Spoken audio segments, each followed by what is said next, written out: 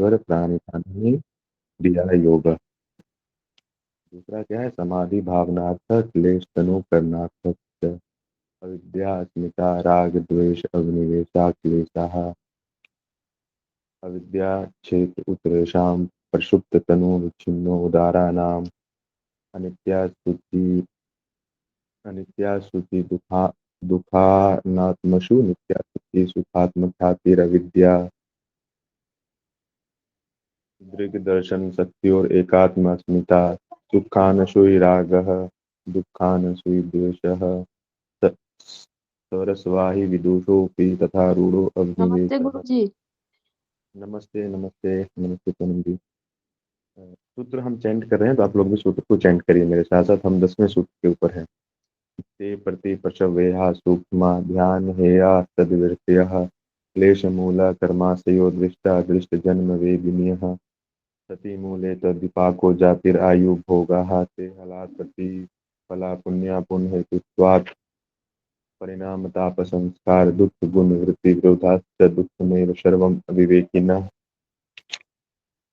दृष्टादृश्यो संयोगो हेतु प्रकाश क्रिया स्थितिशीलम भूतेन्द्रियात्मकम भोगा भोगा अपवर्गार्थम दृश्यम। यहाँ तक हम लोगों ने पढ़ा था। ठीक है, देखो मेरी आवाज़ थोड़ी, मेरा गला बैठा हुआ, हो सकता है आप लोगों को आवाज़ अगर वो तकलीफ हो तो उसके लिए माफ़ी चाहूँगा।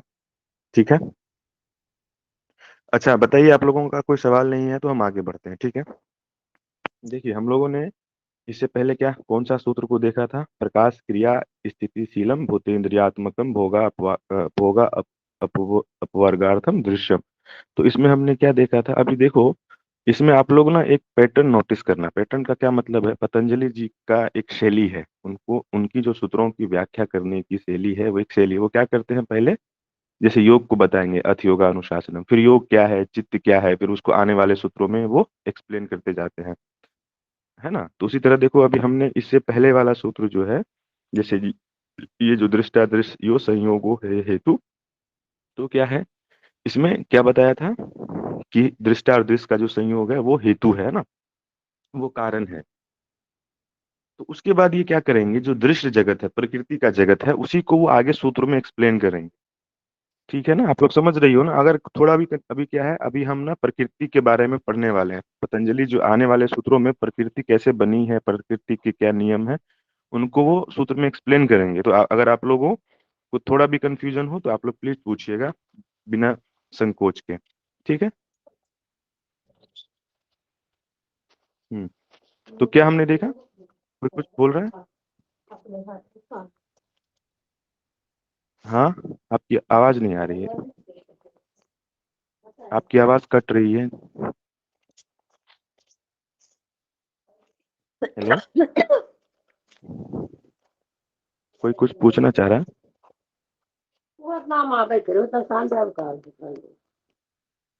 हम्म, आवाज नहीं आ रही है आपकी।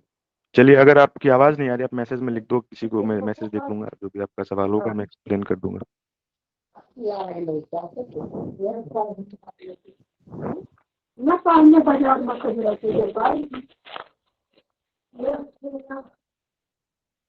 चलिए तो हम अब बढ़ते हैं। आप लोगों को मेरी आवाज तो आ रही है ना सबको? आप लोगों को सबको मेरी आवाज तो आ रही है ना? जी सर, आ रही है। बीच में कोई कुछ बोल रहा है, वो उसकी आवाज स्पष्ट नहीं आ रही, मुझे लगा कोई सवाल पूछना चाह रहा है। जी तो उनका चलिए हम माइक ऑन है। हाँ, इसी वजह से मुझे लग रहा था कुछ कोई सवाल पूछ रहा है, या उनको पता नहीं है उनका माइक ऑन है। तो हम स्टार्ट करते हैं। तो देखना इसमें, देखो क्या है यहाँ से, दृष्टादृश्य दृष्टादृश्यो संयोग है हेतु। इसमें क्या है कि आपने एक तो ये आपको ध्यान रखना है, तीन चार चीजें। अभी इसमें ना हे हेतु हान हानोपाय के बारे में बात होगी। तो हे क्या है, हेतु क्या है, हान क्या है, हानोपाय क्या है, ये हम देखेंगे। हे क्या होता है, देखो दुख का कारण क्या है, उसको बोलते हैं दुख है। हे जैसे आपने पढ़ा होगा, ये जो हे हेतु हान हानोपाय है, ये एज इट इज बुद्धिज्म में है। जो बुद्ध बुद्ध की जो चार आर्य सत्य हैं, आप लोगों को ये ध्यान होगा, आप लोगों ने किसी ने भी अगर बुद्धिज्म पढ़ा हो तो उसमें जो चार आर्य सत्य हैं, आर्य सत्य मतलब नोबल ट्रूथ है, जिसको आर्य सत्य का मतलब होता है जो इसको कभी बदल नहीं सकता है ना, वो एकदम और अनंत काल से चला आ रहा है वो आर्य सत्य। तो पहला आर्य सत्य क्या है कि जीवन दुख है, जैसे हमने क्या देखा था, और इसी सूत्र को हमने यहाँ क्या देखा था कि सर्वम दुखम विवेकिना, मतलब जो बुद्धिमान लोग होते हैं उनके लिए जीवन में सिर्फ दुख है। तो पहला क्या है, हे क्या है, दुख। दुख है तो दुख है तो दुख का कारण होगा, है ना। कोई चीज है तो उसके होने के पीछे कुछ ना कुछ कारण होगी। कोई भी चीज दुनिया में बिना कारण के नहीं घटती, हर चीज के पीछे एक निश्चित कारण होता है, तो उस कारण की वजह से वो घटना घटती है। ठीक है, तो क्या हो गया, दुख, पहला आर्य शब्द क्या हो गया, दुख, दुख है, जीवन दुख है। दूसरा आर्य शब्द क्या है, दुख के कारण है ना। तो हमें क्या करना है, पहले तो हमें ये जानना है कि दुख है, तभी तो दुख से आप बाहर निकलने का प्रयास करोगे। तो हमने क्या देखा उस इससे पहले वाले सूत्रों में कि जो विवेकी लोग होते हैं उनको सबसे पहला ज्ञान क्या होना चाहिए, दुख का ज्ञान होना चाहिए कि जीवन में दुख है ना। और जब दुख का ज्ञान होगा तभी तो दुख मुक्ति के उपाय के बारे में सोचोगे आप। अगर आपको पता ही नहीं होगा कि जीवन दुख है, अभी तो बहुत सारे जो सामान्य लोग होते हैं उनको तो पहली बात ये पता ही नहीं है कि हमारे मतलब जीवन दुख है, और इसी जीवन में वो सुख की प्राप्ति की प्रयास करते रहते हैं। ठीक है, तो दूसरा क्या होगा, पहला है जीवन दुख है, दूसरा हेतु, दुख के हेतु मतलब दुख के कारण है। ठीक है, और हान मतलब कि दुख से मुक्ति हो सकती है। ये आप लोग लिखना कि दुख से मुक्ति, हान का मतलब क्या है, पहला तो हे मतलब दुख है, हेतु मतलब उसके दुख के कारण है, तीसरा हान मतलब अगर दुख है दुख के कारण है तो उस कारण को जान के उस कारण से हम मुक्त भी हो सकते हैं, तीसरा। और चौथा हानोपाय, उपाय का मतलब उससे मुक्ति के उपाय हैं। तो इसमें ना पतंजलि जी अभी हमारे दुख का कारण क्या है, यहाँ देखना, इसको ऐसे जोड़ के देखना, आप इस चारों से इसको जोड़ना। दुख का कारण क्या है, यहाँ क्या है, हेतु क्या है, अब देखो इसमें दृष्टा दृष्ट का संयोग जो है हे हेतु है, यहाँ पे अविद्या के कारण क्या हो गया है, हे जो हे है कारण क्या है, दुख का कारण क्या है, तो दृष्टा दृष्ट का संयोग। ठीक है, जो दृष्टा है और दृष्ट का संयोग जो है वो दुख का कारण है। ठीक है, और आगे में फिर उन्होंने क्या बताया, दृष्टा क्या है और दृश्य जगत क्या है। तो दृष्टा तो आपको पता है कि जो पुरुष तत्व है हमारे भीतर हम उसको दृष्टा कहते हैं, और दृश्य जगत में उन्होंने बताया प्रकाश क्रिया जो प्रकृति है उसके गुणों को उन्होंने बताया। यहाँ तक हमने कल देखा था, इस सूत्र को हम अभी अब यहाँ तक हमने कल पढ़ा था, प्रकाश क्रिया स्थिति शीलंग तक। अब आगे देखो, अब ये जो प्रकृति है, प्रकृति कैसे बनी है, आप सबको पता है प्रकृति जो बनी है वो सतरजतम है ना। आप लोगों को मैंने ये बताया था कि सतरजतम से बाकी सतरजतम पहले साम्य अवस्था में थी, और उसके बाद बाकी चीजों का जैसे जैसे जब सतरजतम में विकार उत्पन्न हुए, हरिओम रेखा जी, तो जब सतरजतम में विकार उत्पन्न हुए तो उसके बाद से ये सारी सृष्टि का निर्माण कार्य प्रारंभ हुआ। तो अब ये उसी को ये बताएंगे इसमें, ये जो सूत्र है अगला सूत्र है, आप सभी लोग किताब खोलना और उस सूत्र को देखना क्या है। क्या कहता है सूत्र, विशेषा विशेषा विशेष लिंग मात्रानी अलिंगानी गुण परवानी। ठीक है, अब इसमें देखो, इसको आप लोग लिखना अपने डायरी में नोट करना।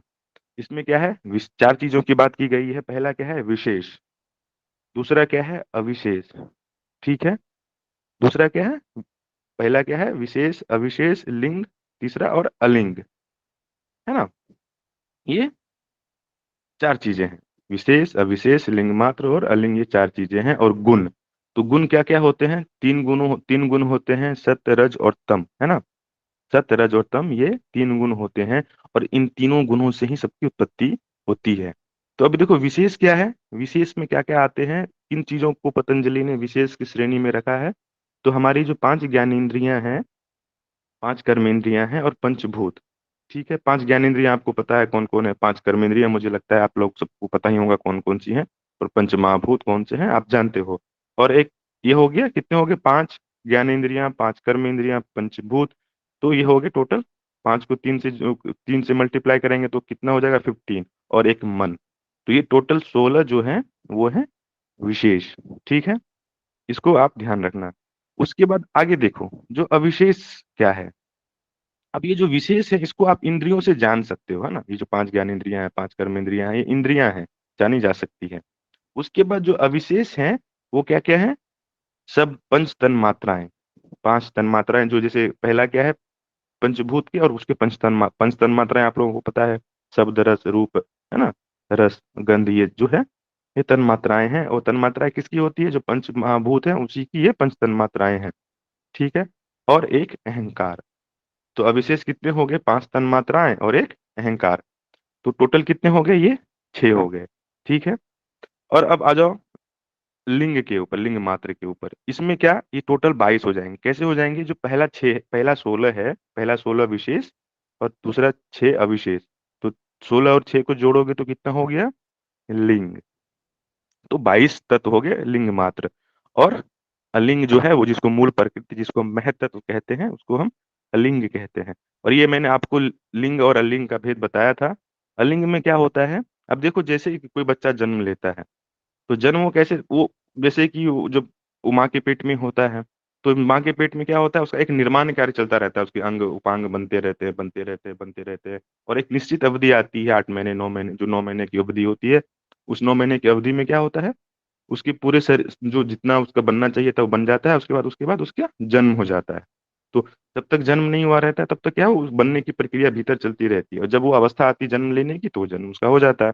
तो जो अलिंग है, तो अलिंग के भीतर जो है, जब क्या बोलते हैं, 17 स्तंभ में महत्व में कुछ भी गड़बड़ी आती है, वो तो क्या होता है, फिर वो निर्माण कार्य चलना चालू होता है, बनना चालू होता है। और जब अवस्था आ जाती है उसको जन्म लेने की, तो फिर वो अलिंग से लिंग पैदा हो जाता है ना। ये सारे जो आपको मैंने अभी बताए लिंग में, ये सारे आ गए।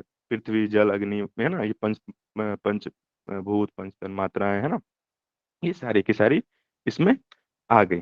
ठीक है। तो इस तरह, अभी देखो, इसको समझने के लिए ना, अब इसमें कैसे कैसे होता है, इसको समझने के लिए मैं आपको और अच्छी बेहतर समझ आपकी हो, इसके लिए मैंने क्या किया है कि बुद्धिज्म, मैंने देखा कि ये सूत्र और बुद्धिज्म का जो प्रतीत समुत्पाद है, आप लोगों ने शायद नाम सुना होगा, या कुछ लोगों ने शायद पढ़ा भी होगा। तो ये सारी ये मिलती जुलती है। तो ये चीजें आपको और समझने में क्या देगी, सहायता देगी। तो अब देखो, इसको आप लोग थोड़ा, मैं चाहूंगा आप सभी लोगों से कि आप लोग को ध्यान से सुनना, ताकि आप सभी को बात अच्छे से समझ में आए। देखो, बुद्ध ने क्या बोला, इसको मैं बहुत सरल से समझाता हूँ। प्रतीत समुत्पाद को, प्रतीत समुत्पाद का सीधा सीधा मतलब क्या क्या होता है, काउज एंड इफेक्ट, कार्य और कारण। कि हर चीज के पीछे कार्य और कारण का सिद्धांत काम करता है। एक घटना घटेगी, अब जैसे आपने पढ़ा होगा ना कि A=B है मैथमेटिक्स में।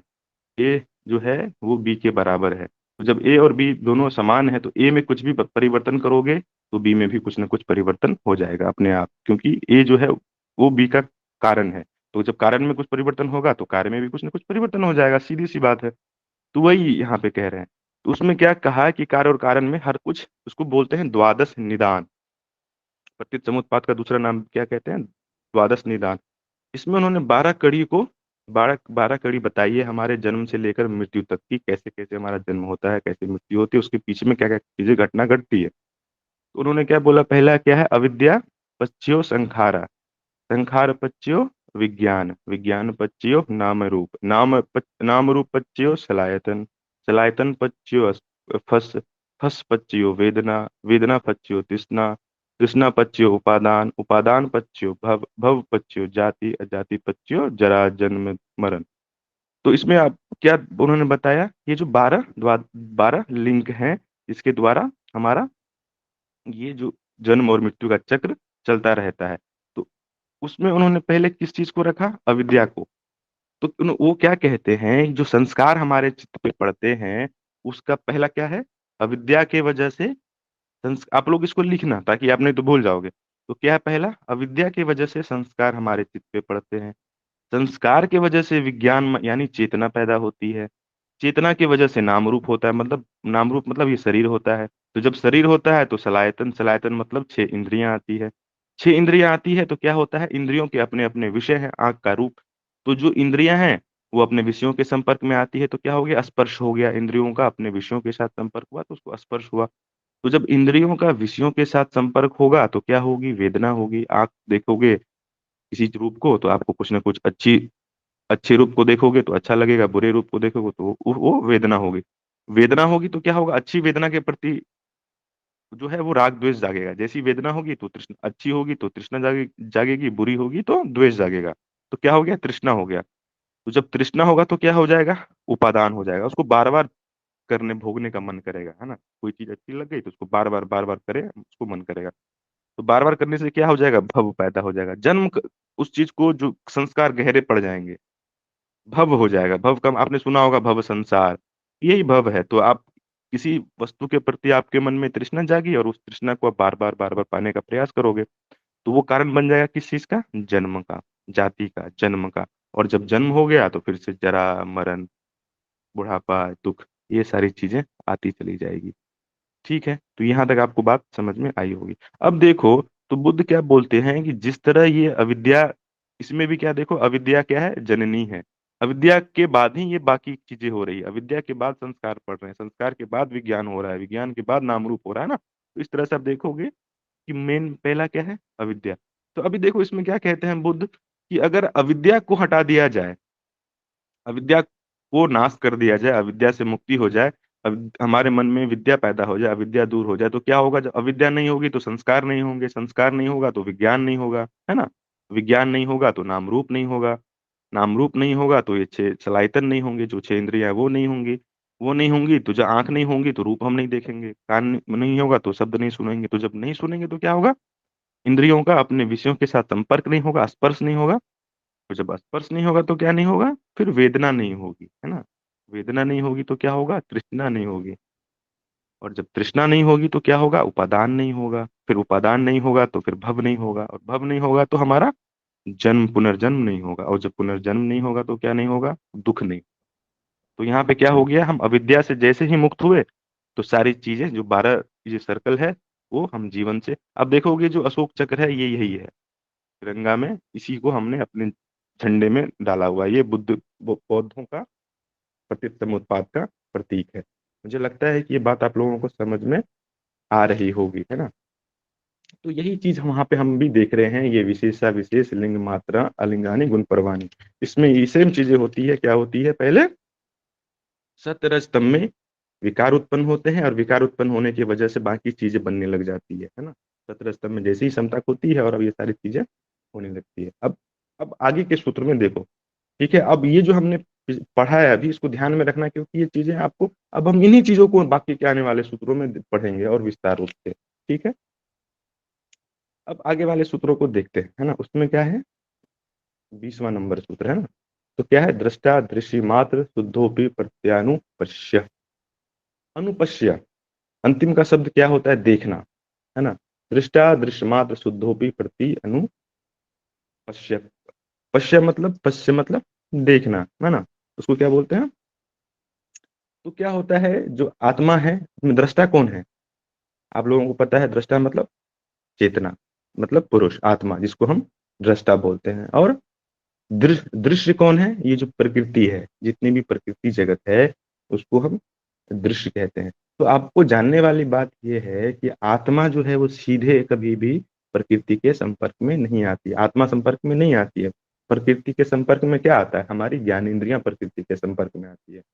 और आत्मा फिर आत्मा कैसे भोगता है, आपके मन में ये सवाल आएगा कि जब आत्मा सीधे, जो पुरुष है वो सीधे प्रकृति के संपर्क में नहीं आती है, तो आत्मा फिर भोग, आत्मा जो है, तो फिर वो चीजों का ज्ञान कैसे करती है ना। तो यहाँ पे वही बता रहे हैं कि जो हमारी 6 इंद्रियां हैं, वही बाहर के विषयों के संपर्क में आती है, और जब बाहर के विषयों के संपर्क में आती है तो उनको कुछ ना कुछ, जो मन है, बुद्धि है, अहंकार, जो भीतर के अंतःकरण है, तो जो हमारी आत्मा है वो बुद्धि के संपर्क में आती है। ठीक है, वो बुद्धि को देखती है, सिर्फ बुद्धि के द्वारा वो जानती है कि अभी जो है हमारी आंख ने किस चीज को देखा है। जिस तरह की बुद्धि होगी उस तरह का आत्मा को ज्ञान होगा।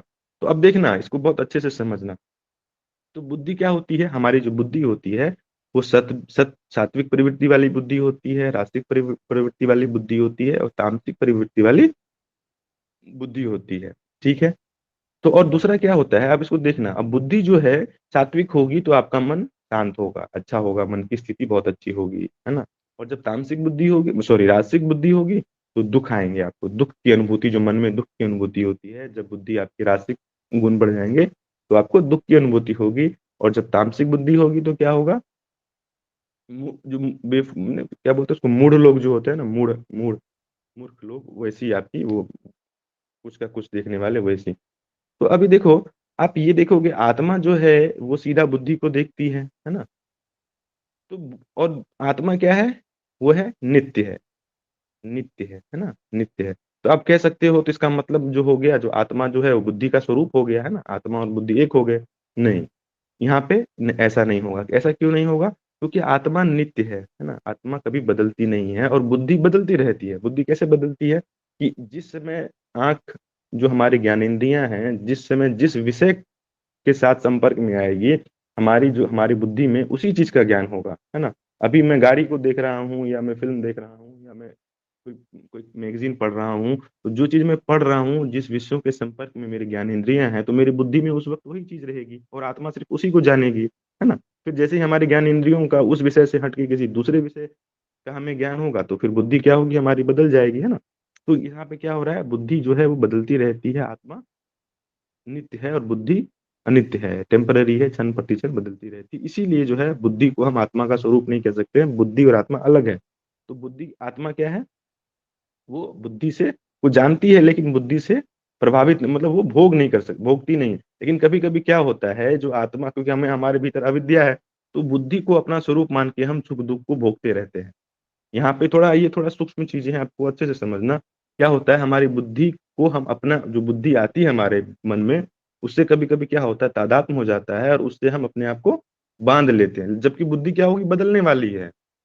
जैसे ही मन और ज्ञानेंद्रियों का संपर्क दूसरे विषय के साथ होगा, तो ये बुद्धि हट के कोई दूसरी दूसरी चीज़ मन में आ जाएँगी। लेकिन उस थोड़ी देर के लिए हमारा मन और जो आत्मा है, बुद्धि का संपर्क हो गया है, आत्मा को सुख-दुःख की अनुभूति होने लगती है ना? समझ रहे हो आप लोग? जो मैं बता रहा हूँ आप लोगों को? चलो। तो मुझे लग रहा है आप लोगों को बात समझ में आ रही है। अब देखो इसमें क्या है ना कि ये सारी चीज़ें आप देखो ये दृश्य जगत को बता रहे हैं, दृश्य के बारे में बता रहे हैं, है ना? कि जो प्रकृति के क्या लक्षण है उसको बता रहे हैं, ठीक है? अब आगे का सूत्र क्या है? 1 मिनट।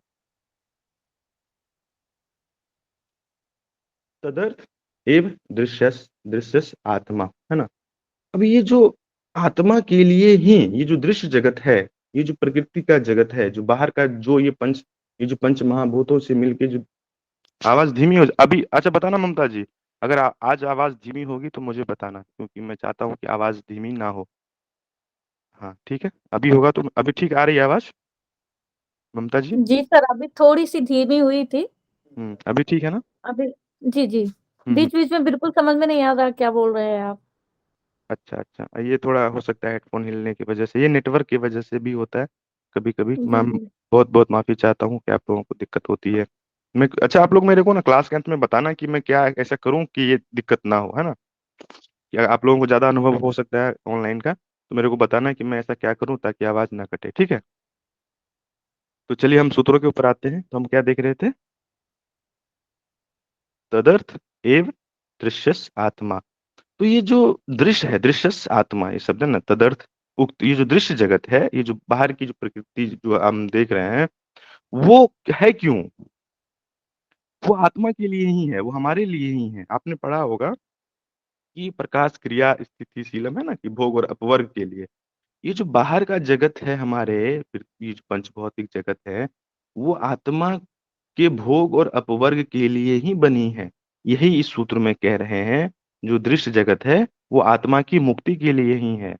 अभी आप बोलोगे कि जब आत्मा हमारी मुक्त हो जाएगी तो क्या जैसे अभी आप हम और आप समाधि लगाएँगे, समाधि लगाते-लगाते हमें अपने स्वरूप का पता चल जाएगा, तो क्या ये जो प्रकृति का जगत है वो खत्म हो जाएगा? क्योंकि हमें तो मुक्ति मिल गई है। तो ऐसा नहीं होगा, ऐसा क्यों नहीं होगा?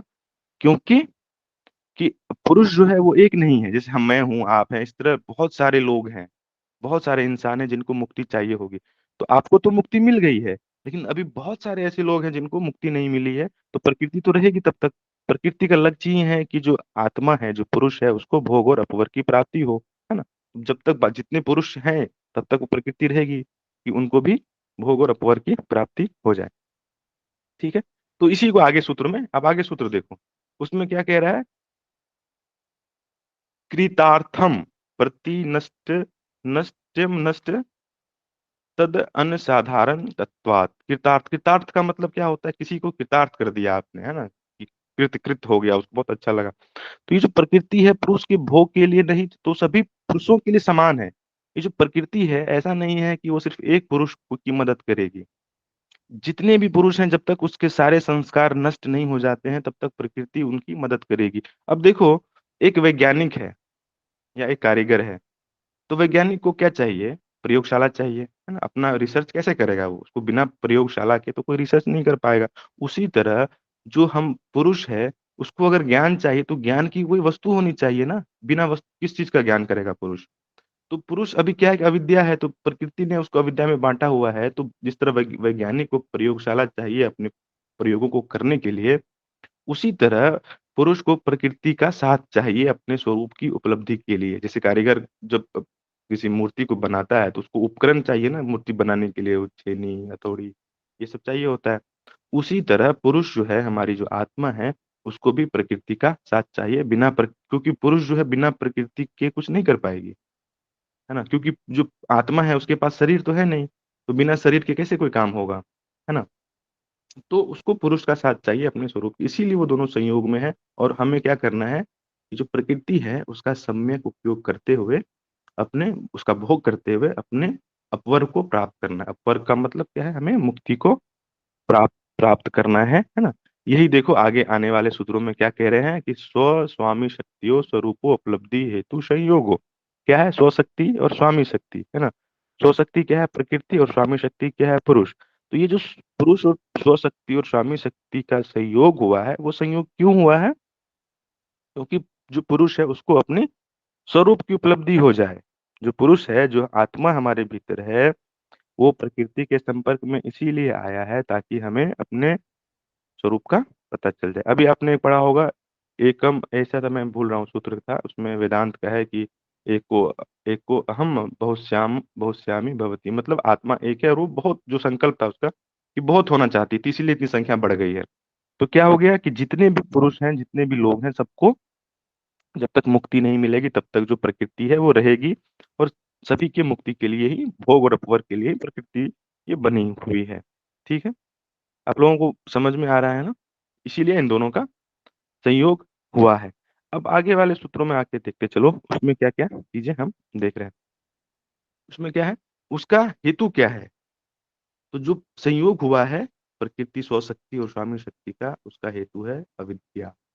अब देख रहे हो ना कि अब देख रहे होगे कि बार-बार, बार-बार ये शब्द जो है अविद्या आपको आ रहा होगा कि जितनी भी घटनाएँ जीवन में घट रही है, उसका मेन कारण क्या है?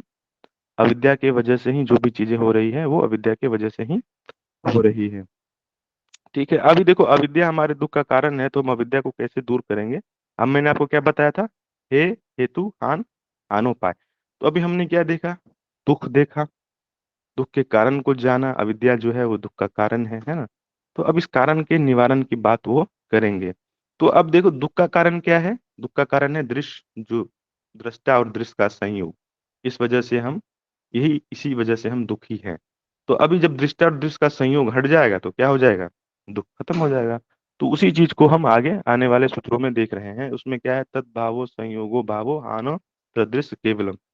तो इस अविद्या जो है, अविद्या जो हमारे दुःख का कारण है, जैसे ही वो अविद्या का अभाव होगा, संयोग का जो दोनों जुड़ा हुआ है, दोनों के संयोग का अभाव होगा, तब जाकर के क्या हो जाएगा? हमारे दुखों की निवृत्ति हो जाएगी, है ना? है ना? 1 मिनट।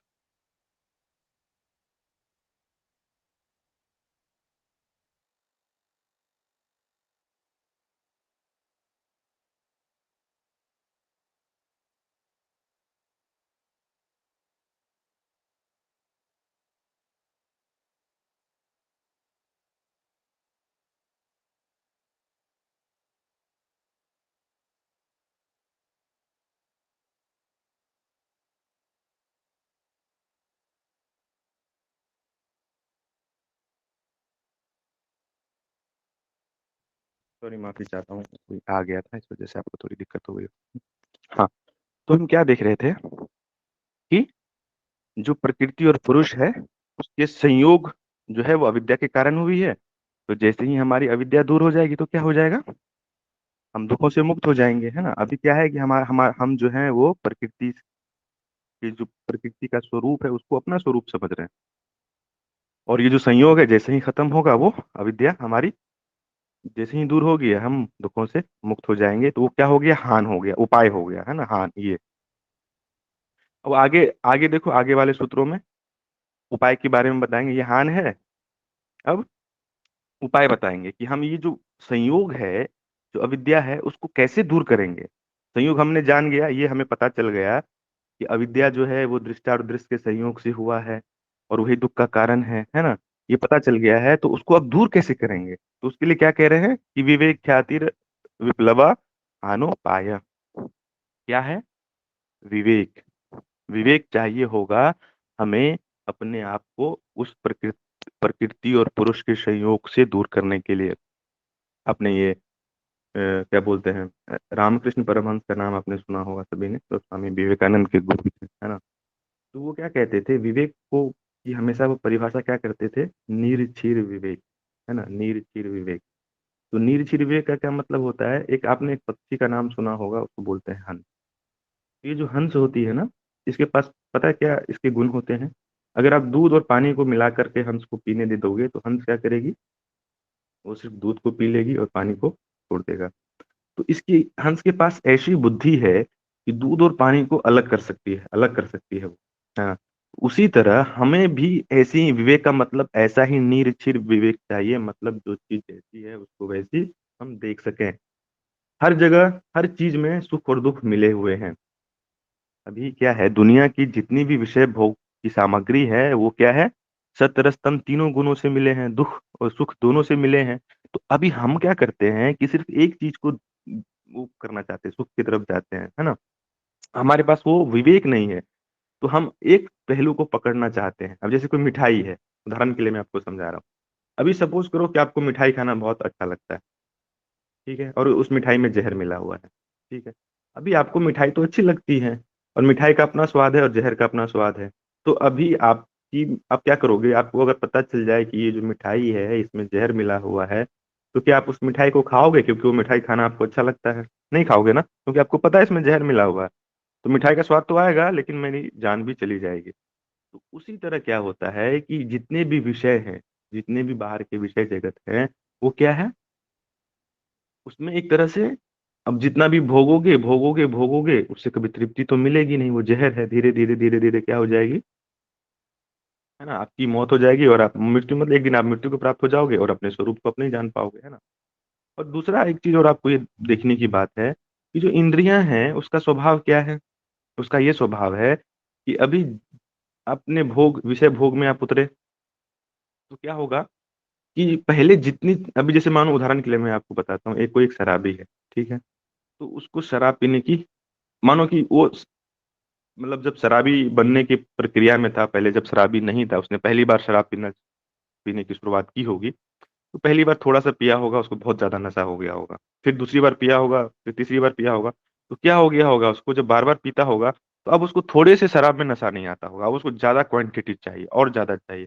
तो ये जो विषय है, जो हमारी इंद्रियां हैं, उसका स्वभाव ऐसा है कि जब भी आप किसी चीज का भोग करोगे, तो धीरे धीरे क्या होगा, उस भोग में कम कम वस्तु से आपकी तृप्ति नहीं होगी, फिर और भोग चाहिए और चाहिए और चाहिए और चाहिए, और इंद्रियों को तृप्त, और जितना जितना भोग आप बढ़ाते जाओगे, इंद्रियों की तृप्ति उतनी उतनी कम होती जाएगी। फिर क्या एक समय ऐसा आता है, कुछ शराबी ऐसे होते हैं वो दिन भर शराब ही पीते रहते हैं, इतनी उसकी मतलब, क्योंकि उसको कितना भी पी ले उसको मन ही नहीं भरता।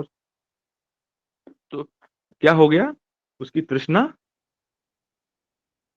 इतनी ज्यादा बढ़ जाती है। तो ये आप लोगों ने भी अपने जीवन में देखा ही होगा कि हम कितना भी इंद्रियों को भोग सामग्री दिलाएं, लेकिन जो तृष्णा होती है हमारी, वैसी की वैसी हमेशा बनी रहती है ना। यहाँ तक आप लोगों को समझ में आ रहा है? कोई किसी का कोई प्रश्न हो तो पूछ सकता है, ठीक है, नहीं तो हम चलो अब आगे देखते हैं। हमने क्या देखा कि उसका उपाय क्या है, विवेक। अब देखो आगे वाले सूत्रों में ना, ये बताएंगे कि हमारा विवेक कैसा होना चाहिए, किस तरह का विवेक होना चाहिए। तो क्या बोल रहे हैं, तस्य सप्तधा प्रांत भूमि प्रज्ञा, है ना। हमने क्या पढ़ा था समाधि पाद में, ऋतंभरा प्रज्ञा के बारे में हमने पढ़ा था, जो कैसे मिलता है, प्रसाद के रूप में भगवान हमें देते हैं, है ना। ये विवेक आप ध्यान, आपको ये सूत्र ध्यान होगा, समाधि पाद में हमने पढ़ा है। हमने क्या पढ़ा था, जब निर्भी समाधि लग जाती है, तो क्या होता है, भगवान हमें प्रसाद के रूप में क्या दे देता है, विवेक दे देता है। कैसी विवेक देता है, वो उसको क्या बोलते हैं, प्रज्ञा देता है उसको। वो क्या प्रज्ञा बोलते हैं, ऋतंभरा प्रज्ञा। ऋतंभरा प्रज्ञा का मतलब कि जो चीज जैसी है उसको वैसी देखने की क्षमता देता है। तो जो चीज जैसी है उसको हम वैसी देखते हैं, तो हम अपने दुखों से मुक्ति हमें मिल जाती है। तो यहीं पे वही कह रहे हैं, यही इस सूत्र में उसी चीज को क्या कह रहे हैं कि तस्, जब आपको वो विवेक ज्ञान की प्राप्ति हो जाएगी, तो क्या होगा, आपको दुखों से जो जो उपाय है, मतलब जो दुख के कारण है, वो कारण से आपको मुक्ति मुक्ति मिल जाएगी। जो दृष्टा और दृष्ट का संयोग है वो दूर हो जाएगा प्रज्ञा के आने के बाद। ठीक है। अब देखो इसमें क्या है ना कि सप्तधा बोला है। सप्तधा का मतलब क्या होता है? सात। आपने पढ़ा ओम भूर्भुवः स्वः, आपने पढ़ा होगा ना, धा धी जो होता है, ओम भूर्भुवः स्वः तत्सवितुर्वरेण्यं भर्गो देवस्य धीमहि धियो यो न प्रचोदयात। ये गायत्री मंत्र क्या है? ज्ञान का मंत्र है। धीमहि मतलब, और ऐसे ऐसे मतलब ऐसी ज्ञान हो कि जो जितने भी हमारे कर्म संस्कार है उसको भून डालेगी वो ज्ञान, है ना। तो सविता, तो उस तरह के ज्ञान हमें हो जाएंगे। तो उसमें क्या है कि सात शब्द था, सात सात तरह है उस प्रज्ञा को। उन्होंने प्रज्ञा को परिभाषित करते क्या बताया है कि आपको प्रज्ञा, अभी हम प्रज्ञा से क्या समझते हैं? हम साधारण तौर पे जो प्रज्ञा होती है, विवेक आपने शब्द सुना, तो आपके मन में ये जिज्ञासा आ सकती है क्या मेरे पास वो प्रज्ञा है या नहीं है? तो आप ये सात जो हम पढ़ेंगे तो आपको पता चल जाएगा कि हमारे पास वो प्रज्ञा नहीं है। हमारे पास ज्ञान तो है, जैसा कि हमने आपको बताया था, इस यहाँ पे ऐसा कोई व्यक्ति नहीं होगा जिसको कुछ भी जानकारी नहीं होगी। हर इंसान कुछ ना कुछ जानता है, और कुछ ना कुछ क्यों, बहुत कुछ जानता है। फिर भी हमारे बहुत कुछ जानने के बावजूद भी हमारे दुख जो है वो वैसे के वैसे बने ही रहते हैं। क्यों बने रहते हैं?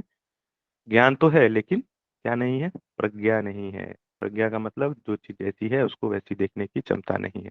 तो देखो, पहले नंबर पे आ जाओ, पहले नंबर वाले प्रज्ञा के ऊपर आ जाओ। क्या कहते हैं कि जो कुछ जानना था वो जान लिया, अब जानने योग कुछ शेष नहीं रहा। यह ये जो प्रज्ञा है क्या है? ये ये जो प्रकृति तीनों गुणों का कारण है, इसका स्वरूप जो है अनित्य है तथा परिणामी है, इसका ज्ञान हो गया। इसको थोड़ा अच्छे से सुनने का, समझने का प्रयास करना। जो कुछ जानना था, क्या जानना था? इस दुनिया में क्या ऐसी चीज है जो जानने लायक है ना। हम कितना कुछ जानने का प्रयास करते हैं अपने जीवन में। दिन भर आप कुछ ना कुछ जानने का प्रयास करते हो। जानने का मतलब कि हमारे मन में ऐसा रहता है कि हम कुछ जान लेंगे तो हमारी आमदनी बढ़ जाएगी या अच्छी नौकरी मिल जाएगी। और ये सारी चीजें क्यों हम करना चाहते हैं? ये जो ज्ञान क्यों पाना चाहते हैं? हम अपने दुखों से मुक्त होने के लिए ही तो ज्ञान पाना चाहते हैं ना। अगर आप बहुत गहराई से इसको सोचो, अभी जो आप पतंजलि योग सूत्र पढ़ रहे हो, आप क्यों पढ़ रहे हो पतंजलि योग सूत्र? आप इसलिए पढ़ रहे हो कि आप पढ़ोगे, आपको आप जेआरएफ आप पास कर जाओगे, आपको कहीं प्रोफेसर बन जाओगे। और प्रोफेसर क्यों बनना चाहते हो आप? क्योंकि आपको पैसे मिलेंगे, और आपके जीवन में जो दुख आप देख रहे हो, आपको लगता है कि वो दुख जो है, ये प्रोफेसर बन के हमारी आमदनी होगी, प्रतिष्ठा होगी, इससे हमारे बहुत सारे दुख दूर हो जाएंगे। इसी के लिए तो हम पढ़ रहे हैं ना। जो जानकारी इकट्ठी कर रहे हैं इसी के लिए इकट्ठी कर रहे हैं। तो क्या आपको ऐसा लगता है कि जो जानकारी इकट्ठी कर रहे हो प्रोफेसर बनने की, क्या ये जानकारी प्राप्त करके हम अपने सच में दुखों से मुक्त हो सकते हैं क्या? अगर हम इसको मतलब थोड़ा विचार विमर्श करें, इसके ऊपर चिंतन मनन करें, क्या हम जो कर रहे हैं उसे वाकई में हम दुख से मुक्ति हो सकते हैं क्या? जो जानना था हम जान लिया है क्या? तो नहीं। आपको क्या लगेगा कि हमने जो जाना है वो तो उसको हम प्रज्ञा की श्रेणी में भी नहीं रख सकते हैं। दुख से मुक्ति की तो बात ही छोड़ दीजिए। उससे से ज्यादा क्या हो जाएगा, हमारे थोड़े बहुत जो शारीरिक दुख आते हैं उससे थोड़ी बहुत हमको भूख लगती है, प्यास लगती है, घर चाहिए, तो ये सारे थोड़ी थोड़ी चीजें आपको मिल जाएगी। लेकिन जो वाकई में अविद्या है, वो अविद्या आपका दूर नहीं होगा। वो तो वैसा का वैसा ही बना रहेगा, है ना। तो क्या जानने योग है? तो जानने योग क्या है? जो अविद्या, जो प्रकृति है, ये तीन गुणों से बनी है, त्रिगुणात्मक प्रकृति है। ये जानना है आपको, और ये जानना है आपको कि जो प्रकृति के तीन गुण हैं, ये परिणामी है। परिणामी का मतलब क्या है होता है? ये बदलने वाली है, ये नित्य नहीं है, ये बदल जाएगी। इसका स्वरूप ऐसा है। ठीक है, इसका स्वरूप ऐसा है, ये बदलेगी। अभी आपको लगेगा हम ये तो हम सब जानते हैं, ये सब चीज मतलब परिणामी है, मतलब चीजें बदलने वाली है। लेकिन ये सच में जानते हो कि आप नहीं, आपको अपने अनुभव से नहीं जानते हो। आप बाहर तो देखते हो कि एक आदमी पहले गरीब था, अभी अमीर हो गया, बदल गई, उसकी स्थिति बदल गई। एक बच्चा छोटा था, बड़ा हो गया, आपने देखा बदल गया। एक आदमी को देखा, जिंदे को देखा, वो मर गया। आपने देखा, है ना। आपने देखा, लेकिन फिर भी आपको वो ज्ञान नहीं हुआ। जैसे ज्ञान, वो ये जो ज्ञान है आपको भीतर नहीं देखना है। आपको भीतर अपने अंदर, अपने शरीर मन में के भीतर देखना है कि शरीर कैसे क्षण प्रति क्षण बदलता जा रहा है। क्योंकि हम बड़े जो होते हैं, एक दिन में तो कोई बड़ा नहीं होता है। तो इसका मतलब है हमारे भीतर कुछ ना कुछ प्रक्रिया चल रही होगी, या बहुत धीमी गति से वो प्रक्रिया, एक बच्चा बड़ा हो रहा है। तो जो बच्चा कल आपने देखा था, जो बच्चा आज आपने देखा, उसमें कुछ तो फर्क आया होगा, थोड़ा सा भी। लेकिन वो जो थोड़ा सा उसके भीतर बदलाव हुआ है उसको हम नहीं देख पाते, क्योंकि हमारी बुद्धि इतनी सूक्ष्म नहीं है ना। तो ये जो सूक्ष्म बुद्धि जो आपकी जैसे अब मैंने आपको क्या बताया, वैज्ञानिक को प्रयोगशाला चाहिए, तो आपको अपने शरीर को ही प्रयोगशाला बनाना पड़ेगा।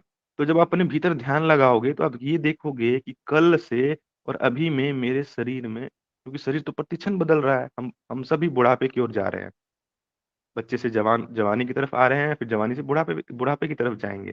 लेकिन हम हमारे भीतर, हमारे शरीर में जो बदलाव हुए हैं, 1 घंटा पहले जैसा हमारा शरीर था, अभी हमारा शरीर है, उसमें बहुत चीज़ें बदली हैं, लेकिन उस बदलाहट को हम नहीं देख पा रहे हैं, है ना? क्यों नहीं देख पा रहे हैं? क्योंकि हमारी बुद्धि, प्रज्ञा वैसी नहीं है, हम नहीं देख पा रहे। जब हम देख लेंगे कि हमारे शरीर में प्रतिक्षण चीज़ें, एक कोशिका उत्पन्न होती है, फिर वो नष्ट हो जाती है, दूसरी कोशिका जैसे पानी के बुलबुले होते हैं, उत्पन्न होते हैं, नष्ट होते हैं, उत्पन्न होते हैं, नष्ट होते हैं।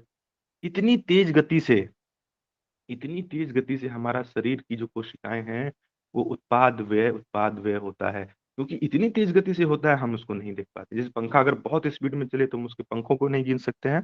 ठीक उसी प्रकार हमारे शरीर की में जो कोशिकाएँ हैं, वो इतनी तेज़ गति से बनती बिगड़ती है, हम उसको नहीं देख पाते हैं। अब जैसे आपने पढ़ा होगा कैटाबॉलिज़्म, मेटाबॉलिज़्म, है ना? कि एक तो क्या पहले बनने की प्रक्रिया होती है, फिर विनाश होने की प्रक्रिया होती है ना? तो ये चीज़ें हमारे शरीर में घटती है और इसका हमें ज्ञान नहीं होता है। ये हो गया पहले नंबर का। सप्तधा प्रांत भूमि प्रज्ञा में हमने आपको पहले नंबर की प्रज्ञा के बारे में बताया। अब देखो दूसरे नंबर में क्या प्रज्ञा है? अविद्या के कारण प्रकृति का आत्मा के साथ जो संयोग हो गया था, उस प्रकृति का पुनः अभाव हो गया, जिससे दुखों के कारण का अंत हो गया। अब ये ज्ञान आपको, पहला ज्ञान क्या हो गया? जो प्रकृति तीनों गुणों से बनी है, प्लस तीनों गुण परिणामी हैं, बदलते हैं, इसका ज्ञान। दूसरा क्या है? कि अभाव हो गया, हमने पहले देखा, और दूसरा में क्या, अविद्या को हमने देखा कि कैसे संयोग हुआ था और कैसे संयोग दूर हुआ। जब आपके पास बुद्धि होगी तो क्या होगा, आप ये आपको ज्ञान हो जाएगा, वो जो ये जो प्रज्ञा होगी, तो आप इस क्या प्रज्ञा होगी आपके पास, कैसी प्रज्ञा होगी दूसरे नंबर पे, कि आप ये पहले तो ये देखोगे कि संयोग कैसे हुआ था। अविद्या के कारण प्रकृति का आत्मा के साथ कैसे संयोग हुआ था और फिर कैसे उसका दोनों हट गए। तो इसका प्रज्ञा से आपको ठीक-ठीक अपने अपने अंतःप्रज्ञा से आप देख लोगे। तो जब देख लोगे तो क्या हो जाएगी, आपकी जो बुद्धि है वो निर्मल हो जाएगी, शुद्ध प्रज्ञा आ जाएगी, तो भी आपको दुखों से मुक्ति हो जाएगा, ठीक है? ये दूसरे नंबर पे हमें जानना है, और ये जानना कैसे है? अनुभव से। अब तीसरे नंबर पे क्या है? प्रकृति का अभाव हो जाने से जो कुछ प्राप्त करना था, कर लिया। अपने आत्मा जो आत्म स्वरूप है, उसमें स्थित हो गए हैं। तो क्या हो जाएगा? जो कुछ प्राप्त करना था, प्रकृति का अभाव हो गया। जो कुछ प्राप्त करने योग्य था, वो हमने प्राप्त कर लिया। अब इसको भी बहुत अच्छे से समझना कि हम अपने जीवन में सब इंसान कुछ न कुछ पाने की इच्छा रखते हैं। दुनिया में ऐसा कोई इंसान नहीं है जिसके भीतर कोई भी इच्छा नहीं होगी, क्योंकि इच्छा होती है तभी हम कर्म करते हैं, बिना इच्छा के तो कोई कर्म करता नहीं है। आप जो कर्म कर रहे हो, तो इच्छा आपके मन में है, तभी तो उस इच्छा की पूर्ति के लिए ही तो आप कर्म कर रहे हो ना, या मैं कर रहा हूँ, दुनिया में जितने लोग कर रहे हैं, या जानवर भी कोई कर्म करता है, वो भी इसीलिए करता है, उसको भूख लगी है तो खाना ढूँढता है। तो तभी अपनी इच्छाओं के लिए कर्म करते हैं। अब देखो, ये हमें जानने वाली बात ये है कि इच्छा क्या, किस चीज़ की इच्छा हमें करनी चाहिए? इस दुनिया में ऐसी कौन-सी चीज़ है जो पाने योग्य है ना? पाने योग्य वस्तु क्या है? और जो पाने योग्य वस्तु जो है, उसकी प्राप्ति के लिए हम इच्छा करेंगे। तो क्या होता है कि जब हमें ये ठीक-ठीक ज्ञान नहीं होता है कि पाने योग्य वस्तु क्या है और जो चीज़ें सार्थक चीज़ें क्या है, सार्थक मतलब इसको पा कर के हम धन्य-धन्य हो जाएँ, कृत-कृत हो जाएँ कि हाँ, अब सब कुछ पा लिया। वो मिल गया तो सब मिल गया, वो नहीं मिला तो कुछ नहीं मिला। तो अगर हमारे मन में ऐसी भावना हो कि हम बड़ा पोस्ट, बड़ा नौकरी, बड़ी घर और पूरे दुनिया के लोग हमें जानें, ये पा के हम बहुत आनंदित हो जाएँगे, तो आपके पास अनेकों ऐसे उदाहरण मौजूद हैं जो जिनके पास ये सब चीज़ मिल गई है, लेकिन फिर भी उनके चेहरे को देख कर के, उनकी जीवन शैली को देख कर के आप ये नहीं कह सकते हो कि ये व्यक्ति कृत-कृत हो गया है, मतलब इसने वो पा लिया जो पाना चाहिए था। आप देखोगे कि इतने पैसे होने के बावजूद भी वो आदमी दिन भर दौड़ रहा है और कुछ पाना चाहता है। उसको अभी भी लगता है कि मैंने कुछ कमी है, जो पाना चाहिए था मैंने नहीं पाया, वो दौड़ते रहते हैं, है ना? इसका मतलब है कि जो चीज़ वस्तु पाने वाली वस्तु है, उसको ठीक-ठीक ज्ञान नहीं है कि क्या पाना चाहिए, है ना? तो यहाँ वही कह रहे हैं कि पाने योग्य वस्तु इस दुनिया में बस आपकी आत्मा है। इस दुनिया में बस आपकी आत्मा या आत्मज्ञान, वही आपके साथ आप को जाएगी, बाकी दुनिया में अब जितनी भी चीजें हैं वो कुछ भी आपका अपना नहीं है। क्यों ऐसा कह रहे हैं ये ज्ञान क्यों दे रहे हैं आपको? इसलिए दे रहे हैं कि सच्चाई यही सच है जीवन का। अगर आप सच को नहीं मानोगे तो सच तो वैसा ही रहेगा। सच में अगर आप जैसा जैसे आपने पढ़ा होगा, एक पहले क्या था ना, वैज्ञानिक ये मानते थे जो सूरज है, सूर्य है, वो पृथ्वी का चक्कर लगाता है। पृथ्वी जो है वो सूर्य का चक्कर नहीं लगाती, सूर्य ही चक्कर लगाता है पृथ्वी की। ये अज्ञान था। तो फिर क्या हुआ, एक वैज्ञानिक हुआ जिसका क्या नाम था, गैलीलियो। गैलीलियो ने बताया, उस समय क्या था ना, चर्च मतलब ये उस समय चर्च जो था, चर्च की बात लोग बहुत मानते थे, और चर्च जो कहता था उसी को अल्टीमेट ट्रूथ माना जाता था कि इसने बाइबल में लिखा है, इसका मतलब ये सच है। तो गैलीलियो नामक पहला व्यक्ति था, उसने ये बोला कि नहीं, आप लोग जो बोल रहे हो वो गलत है। सूरज पृथ्वी के चक्कर नहीं लगाता है, पृथ्वी ही सूर्य के चक्कर लगाती है। आप चाहे इसको मानो या ना मानो, सत्य सत्य तो यही रहेगा। उसके ऊपर मुकदमा चला, मतलब गैलीलियो के ऊपर मुकदमा चला कोर्ट में। बोला कि तुम कैसे बाइबल के खिलाफ जा सकते हो, बाइबल में भगवान की वाणी लिखी है, ये गलत नहीं हो सकती। तो गैलीलियो ने बोला कि आप बोलोगे तो मैं आपकी बात मान लेता हूँ, लेकिन मेरे मानने से भी सच नहीं बदलेगा, सच तो जैसा है वैसा ही रहेगा। तो यही बात है कि आप चाहे मानो या ना मानो, सच तो वही रहेगा। इस दुनिया में पाने योग्य वस्तु तो आत्मा ही है, और उसी को पाने के बाद ही आपको ऐसा लगेगा कि जो कुछ पाना था वो पा लिया है। आत्मा को जब तक आप नहीं पाओगे, दुनिया की सारी दुनिया की हर चीज आपको मिल जाए फिर भी आपको लगेगा अभी कुछ पाने योग्य है। और इसका उदाहरण के लिए आप महान सिकंदर का उदाहरण ले सकते हो। आपने पढ़ा ही होगा, सिकंदर जो है भारत में आकर के उसकी मृत्यु हो गई थी, और वो विश्व विजेता बनने का सपना देखता था, और उसने बहुत कुछ विश्व में दुनिया के बहुत सारे देशों को उसने जीत भी लिया था। और भारत में आकर के, तो जब भारत में आया और उसकी जब मृत्यु होने वाली थी, मरने वाला था, तो उसने अपने डॉक्टर को बोला कि मेरी एक अंतिम इच्छा है कि मैं चाहता हूँ कि मैं अपनी माँ से एक बार मिल लूं। तो डॉक्टर ने बोला कि देखो ये मेरे हाथ में नहीं है, है ना, मौत किसी के हाथ में नहीं। तो सिकंदर ने बोला कि मैं अपनी जितनी संपत्ति है, जो भी मैंने अर्जन किया, उस समय वो दुनिया का विश्व विजेता सिकंदर था, बोला कि जितना जीता है मैं सब दे दूंगा, बस कुछ क्षण के लिए मुझे बचा लो, मैं अपने माँ से मिलना चाहता हूँ। डॉक्टर ने बोला कि ये सारी संपत्ति, ये सारी चीजें भी आपको नहीं बचा सकती है, और वो अपनी माँ से नहीं मिल पाया, वो मर गया। तो ये कहानी मैं आपको इसलिए बता रहा हूँ कि सिकंदर जैसा व्यक्ति भी, जिसके पास इतनी संपत्ति थी, वो संपत्ति भी उसके साथ नहीं जा पाई। तो उन्होंने, पता है, अंतिम में सिकंदर ने बोला कि जब मैं मरूं, तो जब मुझे सब मेरे सब को लेके जाओगे शमशान की तरफ, तो मेरे दोनों हाथों को बाहर निकाल देना, ताकि दुनिया के जो लोग हैं, जो अज्ञानी जन हैं, वो देख लें कि सिकंदर ने जो जीवन भर कमाया उसमें से उसका एक कौड़ी भी अपने साथ में लेके नहीं जा पा रहा है। उसके भी हाथ जैसे पैदा हुआ था वैसे ही जा रहा है, खाली के खाली ही है उसके हाथ, है ना। तो वो सिकंदर जैसा व्यक्ति भी वो नहीं पा पाया जो पाने योग्य वस्तु थी। तो ये है, तो हमें हमारा आत्मा ही जो है वो पाने योग्य वस्तु है। चौथे नंबर की प्रज्ञा क्या है? जो कुछ करना था कर लिया। क्या करना चाहिए, है ना, क्या करना चाहिए हमें? हमें ज्ञान प्राप्त करना चाहिए। कौन सा ज्ञान? जिससे हमारे दुखों का अंत हो जाए। और हम क्या करते हैं दिन भर, अपने पूरे जीवन भर क्या करते हैं, आपको पता ही है।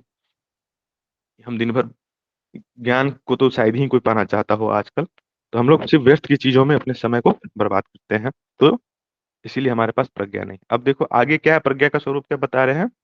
जो चित्त है, मतलब प्रकृति का कार्य भोग और मुक्ति देना था, वो पूरा हो गया है। अब इसका कोई प्रयोजन शेष नहीं रहा, बंधन और मुक्ति दोनों छूट गए।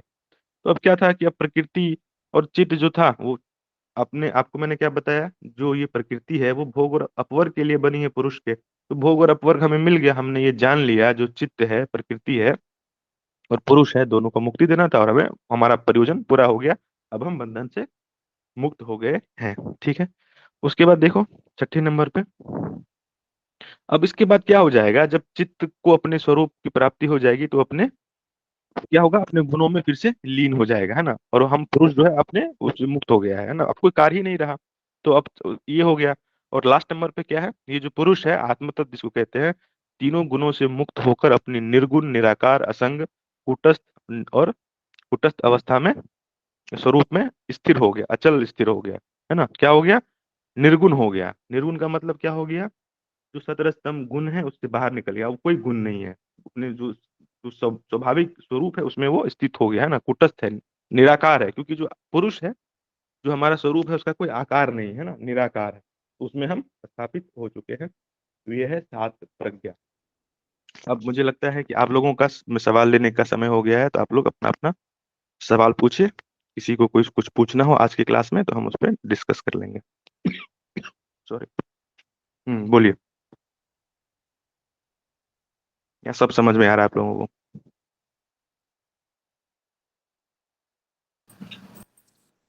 सर, हे हेतु, हानम हानुपाय। हाँ। हानुपाय तो हो गया उपाय, हम्म। और हे हो हाँ गया नो। दुख, हाँ, हे हो गया दुख। और हेतु हो गया दुख के कारण। हाँ, दुख के कारण। तो सर हानम में क्या होता है? हाँ, वही बता, देखिए हे का एक्सप्लेन मतलब कर। फिर। हाँ, हाँ, बता रहा हूँ, बता। हे का मतलब क्या हो गया? दुख। दुख है। ठीक है।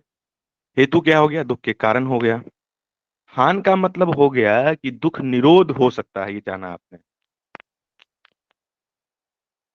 क्या बोला मैंने? हे का मतलब दुख। हेतु का मतलब क्या? कि दुख के कारण है।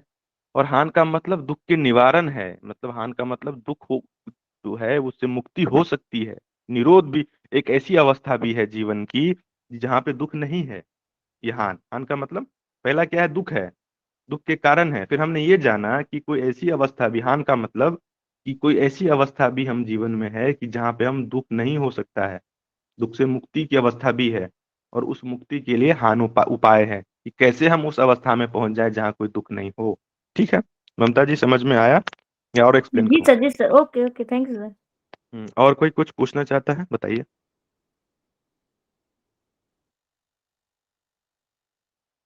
तो चलिए ठीक है, मुझे लगता है आप लोगों को फिर कोई सवाल नहीं है। तो मैं आप लोगों को ये बोलता हूँ कि आप लोग इसको जो आज हमने पढ़ा है उसको एक बार फिर से पढ़िएगा, और इसको ये क्योंकि सारे सूत्र बहुत महत्वपूर्ण हैं और बहुत सेंट्रल है पतंजलि योग सूत्र के लिए। आधार स्तंभ में ये सारे सूत्र, इसको अच्छे से आप लोग फिर से पढ़ना। ठीक है। और फिर हम कल आगे देखेंगे। और मैं ये चाहता हूँ, आप लोगों से एक रिक्वेस्ट है कि आप लोगों में से कोई भी अगर इच्छुक हो तो आप लोग मंत्र की चैंटिंग के लिए कल से कर सकता है ना, अगर पे चाहे तो खुद भी। क्योंकि मैं चाहता हूँ कि आप लोग भी करें चैंटिंग, ताकि आपको सूत्र याद हो, है ना। एक फ्लो आपका भी बने। कोई भी एक आदमी, एक कोई भी जिसका मन हो वो कर सकता है कल से। ठीक है। तो कल से हम फिर से जुड़ते हैं इसी समय। आप लोगों का धन्यवाद आज क्लास में जुड़ने के लिए। ठीक है। Thank you sir, Hariom. Hariom Hariom. Hariom.